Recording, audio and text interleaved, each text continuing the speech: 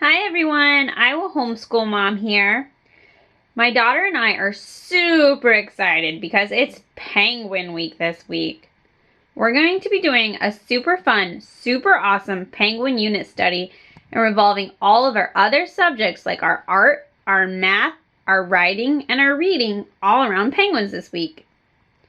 And today we're going to be showing you all of the different activities that are going to be going on the shelf this week for our penguin unit study. So we've got lots of fun activities planned. So let's just go ahead and jump right in. Our first activity we have here is a pre-math activity.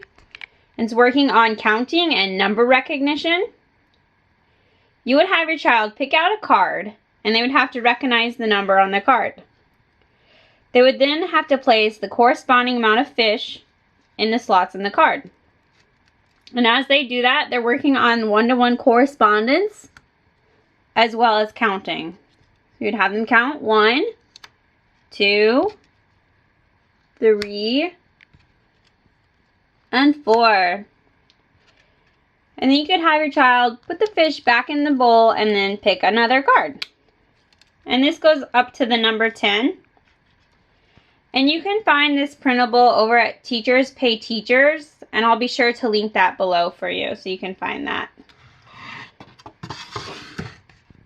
Our next activity we have is working on our colors. Now, my preschooler has already had a really good grasp on her colors, but this is a great activity for my toddler to learn his colors. For my preschooler, we're really working on listening and following directions for this activity. So I would say to her, can you feed the penguin a pink fish? And she would then have to find the pink fish and then feed it to the penguin. And it's also working on their fine motor skills as they feed Pete, our penguin here. So we would go through that until they've gotten through all the different colors, and the kids would be taking turns. And then I also made a slot back here so they can retrieve the fish easily and then do it again if they wanted to. Which they've already done it about 4 times this morning, so I say this one was a really good hit with them. They really enjoyed that. Our next few activities are working on logic and fine motor. So our first one we have here is just a puzzle. It's a Montessori puzzle. If you notice here though that I have the pieces on the side, and that's just kind of an inviting way for the kids to complete the puzzle. But yeah, puzzles are just really great for logic. And again, it's working on those pre-writing fine motor activities, skills. Now there's that in case you wanted to see how it looks complete. Our next one is our Don't Break the Ice game. Now if you've never seen this, here's what you would do. The first player would take their little mallet and then they would pick one block of ice and they would have to tap it all the way through. And then all the players would take turns doing that until Philip, the penguin here, would fall. And then unfortunately, whoever made Philip the penguin fall is the loser for that round. Yeah, so we played this game about 4 times as well, and Daddy even got to play that with us today, so that was a really great one as well. And then we're going to be moving on here to our pre-writing. So we have our sand tray here, as well as some little cards that I made. So we're working on writing as well as letter sounds. So P is for penguin, puff puff penguin. And then you'd have your child write the P in the sand tray. And then they could go on to the next card.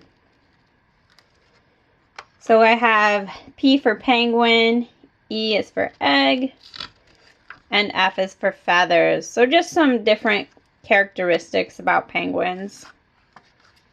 Yeah. And they would shake it up and do it again. Over here we just have some little glass gems that I got at the Dollar Tree. And then we have our Safari LTD characters.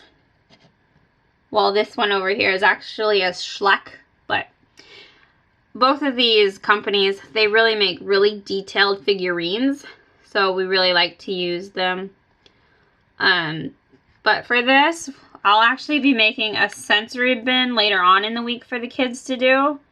But for now, I'm kind of just letting them play with all the different species of penguins. We're going to be doing a sensory bin specific to the Antarctic penguins, though, later on. But we'll show you that here in a bit. Then we're going to be moving on to our art. So today, our preschooler just kind of did a coloring sheet. I try to always have coloring sheets for the kids, and obviously I had to pick my favorite penguin, the Gentoo. I found that over at Free Coloring Pages, I think. Yeah, there's that. And then we have a little penguin for her to paint. I found this over at the Dollar Tree as well, and I really wish they had two, but this was the last one. So I think we're gonna have to do this during our toddler's nap. But she loves, loves, loves to paint, so that'll be a great one for her. My toddler's actually not too keen on paint touching his fingers, so might be a really good one to do when he's napping. As you can see, we also found a slew of penguin books at our local library, but today we're just going to show you our favorite ones. First we have Penguins by Gail Gibbons. So we love pretty much any book by Gail Gibbons. I highly recommend her books for homeschooling. They're just great living books that cover different facts in a fun way. So yeah, she talks about the different species of penguins, where they live, what they eat, etc. Yeah, I highly recommend her books. And then we have The Polar Bear and Penguin Will Never Meet. This is my preschooler's favorite one this week so far. And this one actually comes with a cute little CD. It plays a song that goes with the book. So the book actually is a song. But it basically talks about the different species of animals that live in the Arctic and the ones that live in Antarctica. And it also slips in, you know, a few different characteristics about penguins and what makes them unique.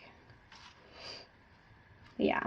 So we've been singing that all day, but it's a really good song.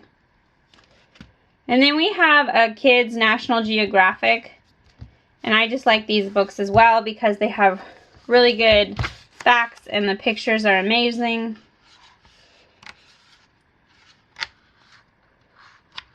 Yeah. So those are a good one to get. And then we have If You Were a Penguin. This one's super cute.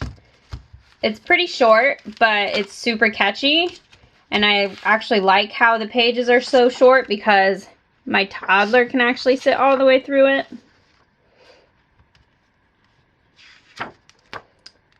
So it just talks about what you could do if you were a penguin. Yeah, that one was a lot of fun as well. And then we're also going to be listening to Mr. Popper's Penguins this week on audio, which we actually listened to that a few months back and my preschooler really liked it. So we're both looking forward to listening to that one again. So I think we've covered all of our activities that are going on the shelf. So let's get going on to our sensory bin. Hey guys, it's a few days later and we're finally going to do our sensory bin today. And the kids and I are just super excited. So we're going to make this short. But basically what we've got here is I've had mixed some baking soda with some white conditioner. And then we have some glass gems along that I found at the Dollar Tree. And then I also froze some water in muffin tins. And then I pulled them out and put them in here. And then I have some water, as well. And then we just have our different species of Antarctic penguins. But I'll be sure to link below for a more descriptive explanation of how I made the sensory bin. But I'm going to let the kids get playing with it because they're super excited. Baby fish.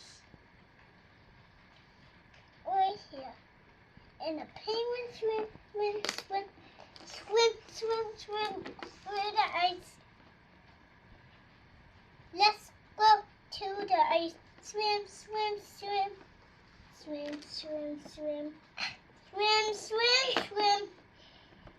I see through the water.